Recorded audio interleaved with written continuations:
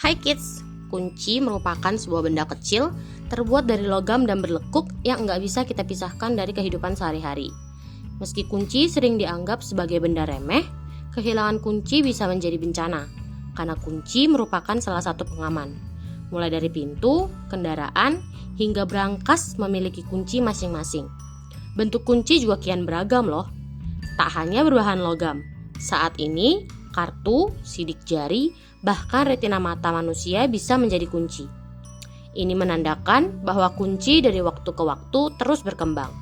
Tapi bagaimana sejarah dari kunci dan sejak kapan kunci mulai digunakan? Sebelum kita lanjut videonya, jangan lupa klik tombol subscribe dan tombol loncengnya ya. Zaman kuno. Kunci pertama di dunia terbuat dari kayu yang tercipta sekitar 6.000 tahun yang lalu di Babilonia dan Mesir kuno. Hal ini tertuang dalam sebuah lempengan tanah liat yang ditemukan oleh para arkeolog. Sayangnya, kunci ini mudah rusak karena bahannya memang rentan.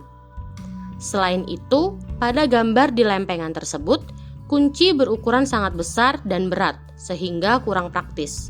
Selanjutnya, kunci kayu tersebut terus berkembang hingga ke kerajaan Assyria, tepatnya di kota Khorsabad atau yang kini dikenal sebagai negara Irak. Kunci tersebut diperkirakan berasal dari tahun 704 sebelum Masehi. Pada abad kuno, perkembangan kunci hanya menyebar dan melintasi wilayah Timur Tengah.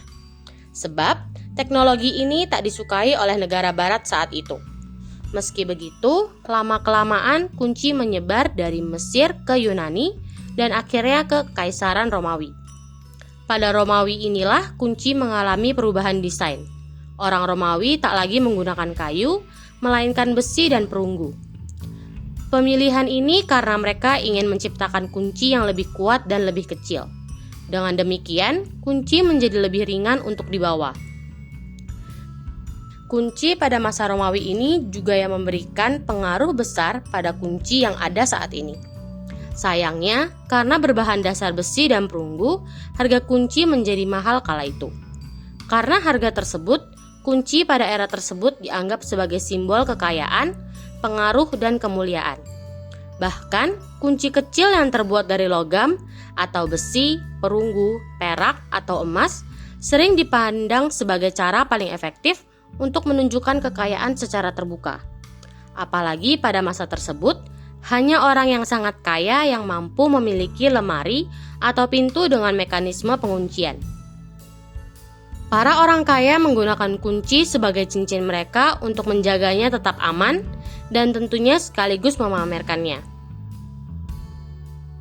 Abad Pertengahan. Desain kunci tersebut juga digunakan hingga abad ke-17, setelah jatuhnya Kekaisaran Romawi. Hal ini bukan karena para ahli kunci pada masa tersebut malas berinovasi, melainkan karena mereka lebih fokus untuk menipu para pencuri. Pada masa ini, kunci juga masih dipandang sebagai simbol kekayaan.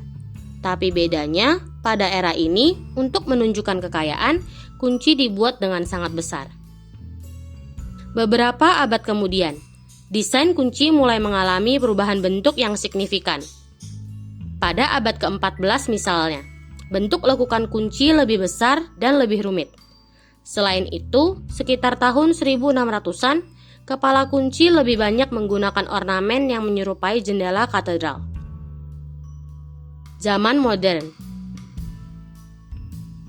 Sekitar tahun 1627 di Eropa, pembuatan kunci sedikit rumit.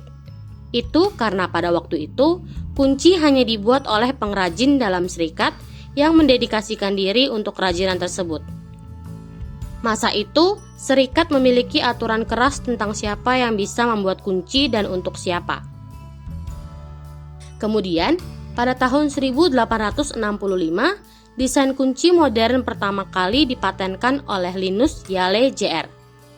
Kunci modern yang dimaksud adalah kunci pipih yang berbeda dengan bentuk sebelumnya. Era digital.